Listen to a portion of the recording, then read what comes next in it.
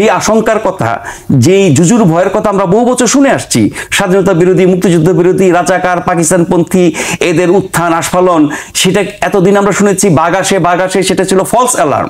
এখন কি সত্যি বাঘ আসছে? সেই প্রশ্ন কিন্তু আসতে পারে। এই ছাত্ররা বা যে তরুণরা নতুন রাজনৈতিক বন্দোবস্তের কথা বলছে, নতুন কিছুর কথা বলছে, তারা যখন 150 গাড়ির বহর নিয়ে শোডাউন দেয়, কিংবা বসুন্ধরা হামিম গ্রুপের মতো নেতাদের পয়সা নিয়ে তারা দল চালাতে চায়, 5 স্টার তারকা হোটেলে ইফতার প্রোগ্রাম করে, যেটা বিএনপির মতো বড় দলও করে না। বিএনপি লেডিস ক্লাবের রাজনৈতিক দলগুলোকে নিয়ে ইফতার প্রোগ্রাম করেছে, অনেকবার রাষ্ট্রক্ষমতা থাকা দল। তো এইটা যদি ছাত্রদের অ্যাক্টিভিটিস হয়, তাহলে তারা কি নতুন করছে? 24-এর পাশে 71-কে আনা, এটা আমি বলবো একটা স্পর্ধা। মুক্তিযোদ্ধারা বেঁচে থাকতে এই স্পর্ধা তারা কিভাবে দেখান আমি জানি না। রাজনৈতিক সংস্কৃতি একটু ত্রুটি বিচ্যুতি থাকতেই পারে। এর মধ্যে আপনি কিভাবে দেখেন আসলে বর্তমানে যে মাঠে সবাই আছেন, মাঠে অবস্থাটা কি মনে হয় আপনার কাছে? ধন্যবাদ হাসান জাকির, বিপিনুরকে শুভেচ্ছা। এবং মার্চ মাস, স্বাধীনতার মাস, একদিন আগে আমরা স্বাধীনতা দিবস উদযাপন করেছি। সেই মাসে এবং আমরা ডিসেম্বরেও সবচেয়ে বেশি স্মরণ করি, শ্রদ্ধা জানাই মুক্তিযুদ্ধে যারা শহীদ হয়েছেন এবং যারা যুদ্ধ করে দেশটাকে স্বাধীন করেছেন, সেই বীর মুক্তিযোদ্ধাদেরকে, যারা জীবিত আছেন এবং যারা প্রয়াত হয়েছেন। মুক্তিযুদ্ধের মাসে এবারের যে স্বাধীনতা দিবসটা আমরা উদযাপন করলাম, সেই উদযাপনটা এই 54 বছর ধরে আমরা যেভাবে করি তার চেয়ে আমরা একটু ভিন্ন রকম দেখলাম। রাষ্ট্রীয়ভাবে এর গুরুত্ব অনেক কম দেওয়া হয়েছে এবং এই অভ্যুত্থানের মাধ্যমে যে শক্তির, যে রাজনৈতিক শক্তির উত্থান হয়েছে এবং 71-এর যে পরাজিত শক্তি, তাদের যে আস্ফালন এবং তাদের যে বক্তব্য, এই 71-এর সাথে 24-কে মেলানো, 71 আর 24-কে এক কাতারে নিয়ে আসা, কোনো কোনো ক্ষেত্রে চেষ্টাটা তাদের এমন যে 71-এর চেয়ে যেন 24 বড়। মুক্তিযুদ্ধের সাথে বাংলাদেশের ইতিহাসে কোনো কিছু তুলনীয় হতে পারে না।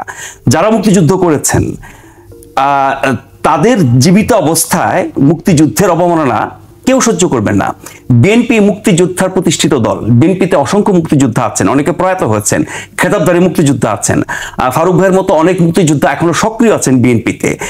যে কারণে এই 71 আর 24 নিয়ে যে একটা কুবিতর্ক শুরু হয়েছে এবং কিভাবে 71-কে ছোট করে 24-কে বড় করা যায়, সেই চেষ্টা যারা করেছে তাদের ব্যাপারে কিন্তু আমরা বিএনপি মহাসচিব মির্জা ফখরুল ইসলাম আলমগীর, বিএনপি স্থায়ী কমিটির সদস্য জনাব মির্জা আব্বাস, ওনাদের বক্তব্যগুলো আমরা শুনেছি, যথার্থই ওনারা বলেছেন।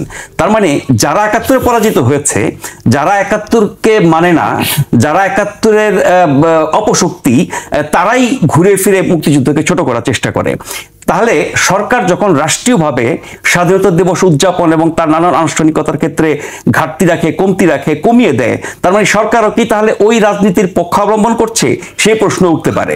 ফলে এবারে স্বাধীনতা দিবসের সবচেয়ে বড় তাৎপর্য ছিল আমাদের শ্রেষ্ঠ অর্জন মুক্তিযুদ্ধ, সর্বকালের সর্বশ্রেষ্ঠ সন্তান মুক্তিযোদ্ধারা, তাদেরকে আমরা কতটা ছোট করছি, হেয় করছি, খাটো করছি।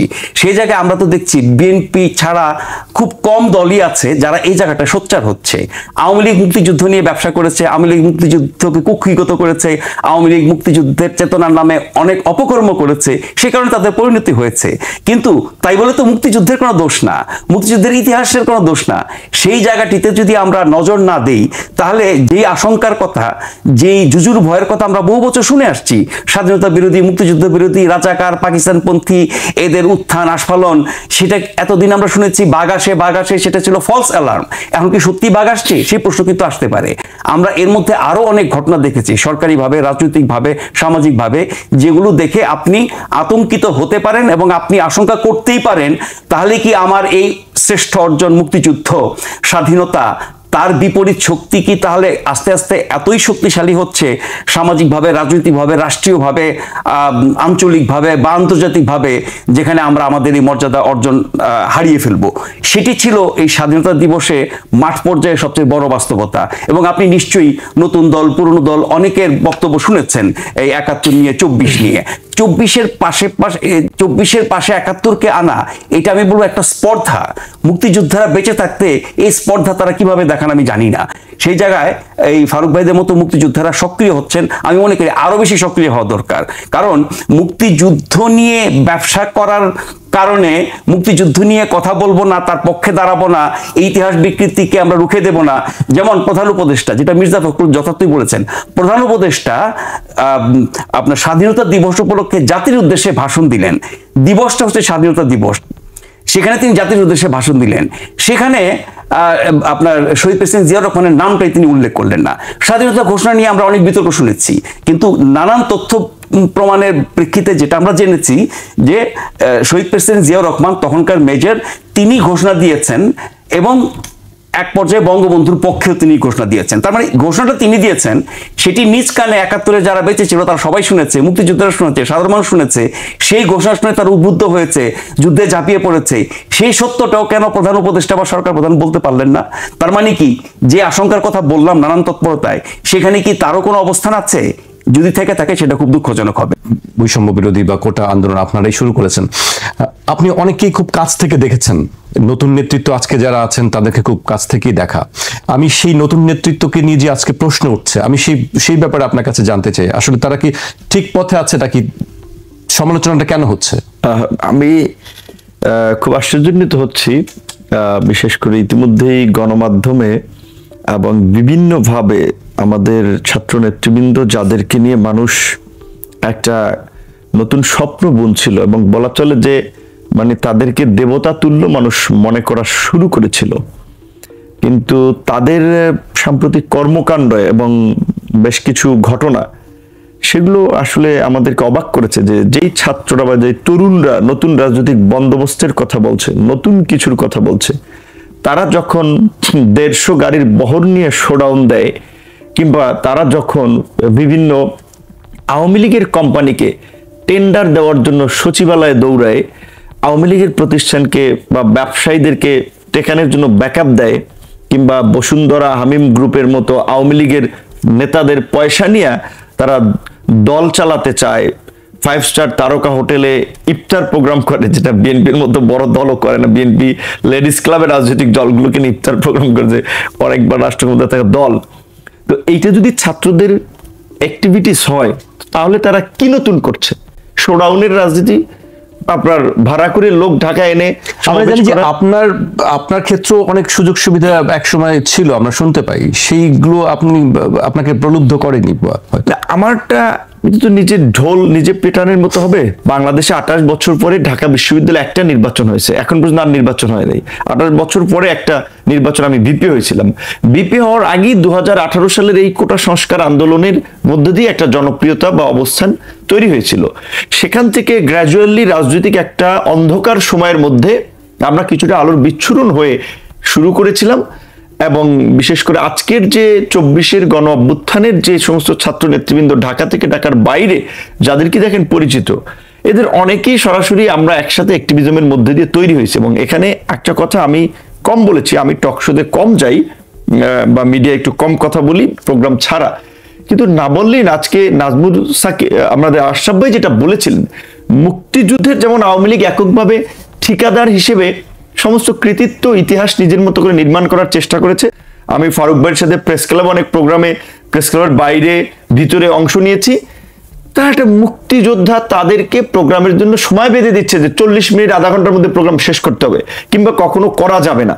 তো এই পরিস্থিতি আমরা দেখেছি, এবং তারা মুক্তিযুদ্ধের চেতনার কথা বলে দেশে কার্যত গত ১৬ বছরে একটা ফ্যাসিস্ট রাজত্ব কায়েম করেছিল। তো আজকে এই ২৪-এর গণ অভ্যুত্থানের ঠিকাদার কতিপয় ছাত্র নেতারা দাবি করে তারা একদিকে সরকারে গিয়েছে, সরকার থেকে একটা কিংস পার্টি বানাচ্ছে। দেখেন, শেখ হাসিনা তো সরকারের থেকেই নির্বাচন দিতে চেয়েছিল, সেটা আমরা মানি নাই বিরোধী দল সমূহ। তাহলে এই ছাত্রদের প্রতিনিধি, আমরা তখন ছাত্র, ওই সিম্পাথিতে তাদেরকে সমর্থন দিয়েছিলাম।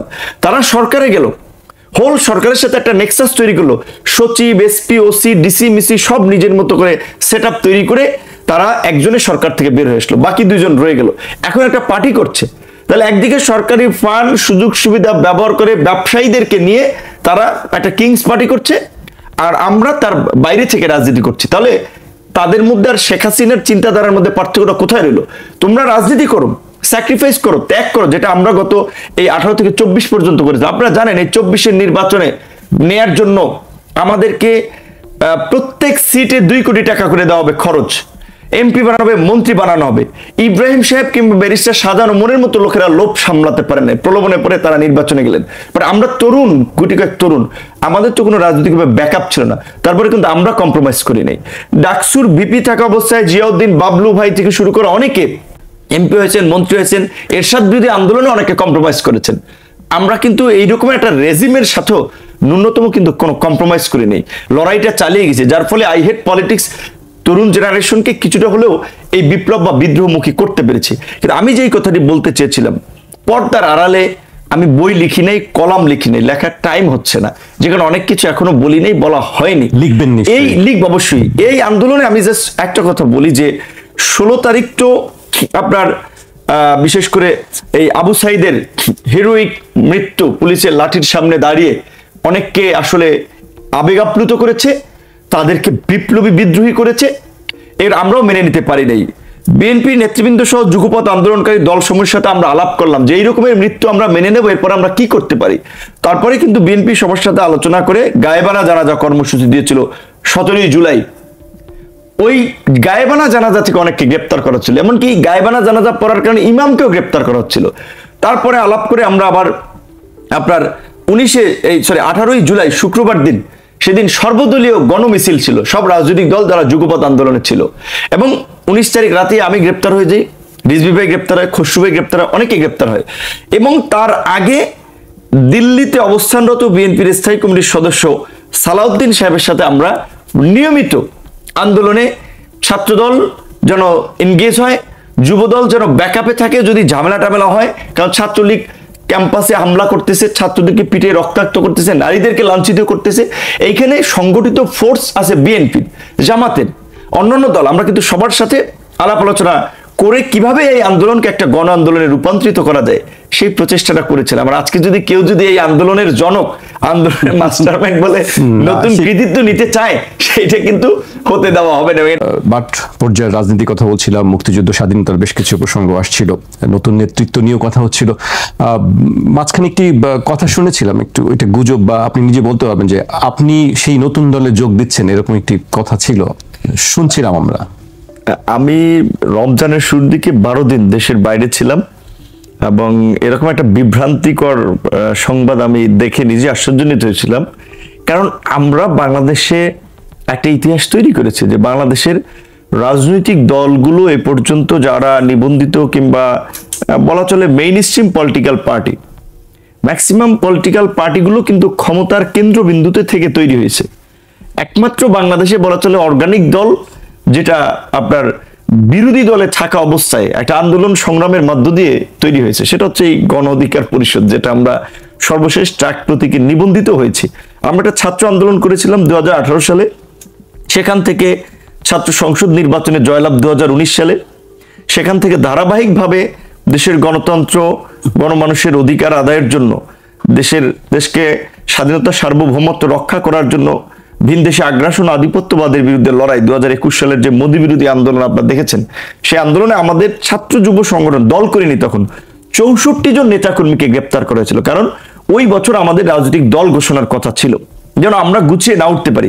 তারপরে একই বছর 26শে অক্টোবর আমরা দল ঘোষণা করি এবং সেখান থেকে একটা ছাত্র সংগঠন, মূল দল এবং বাংলাদেশের কালচারে যে রাজনৈতিক দলের যে স্ট্রাকচার থাকা দরকার, যুব সংগঠন, শ্রমিক সংগঠন, এমনকি দেশের বাইরে একটা প্রবাসী সংগঠন, সবই আছে, একটা পরিপূর্ণ নিবন্ধিত রাজনৈতিক দল। আমি সেই দলের সভাপতি। আমি কোন দুঃখে আরেকটা সদ্য জন্ম লাভ করা শিশু রাজনৈতিক দলে যাব? সেই দলে তো নিবন্ধনও নাই। একটা রাজনৈতিক দল নিবন্ধন পেতে হলে বর্তমান ক্রাইটেরিয়ায় 100টা উপজেলায় আপনার কার্যালয় থাকতে হবে, 200 করে সক্রিয় সদস্য থাকতে হবে, 1/3 জেলা কমিটি থাকতে হবে। শুনতেছি যে এই নতুন দলকে নিবন্ধন দেওয়ার জন্য ওই শর্তগুলো নাকি শিথিল করা হচ্ছে। এই শর্ত পালন করে তারা নিবন্ধন এখন পর্যন্ত পাচ্ছে না।